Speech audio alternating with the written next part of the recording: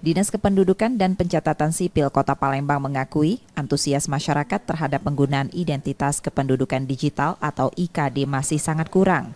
Untuk itu, Disdukcapil Kota Palembang terus berupaya untuk meningkatkan partisipasi masyarakat terhadap penggunaan IKD dengan gencar menggelar sosialisasi di kalangan masyarakat. Hingga saat ini, capaian penggunaan identitas kependudukan digital Kota Palembang masih berada di angka 5,78%.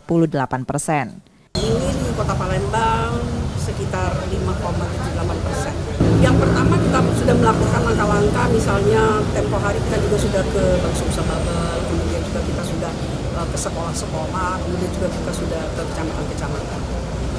Nantinya, untuk meningkatkan antusias serta partisipasi penggunaan identitas kependudukan digital ini, Disdukcapil Kota Palembang akan melakukan jemput bola ke seluruh kalangan, mulai dari sekolah hingga kelurahan dan kecamatan. Nur Muhammad, Kompas TV, Palembang, Sumatera Selatan.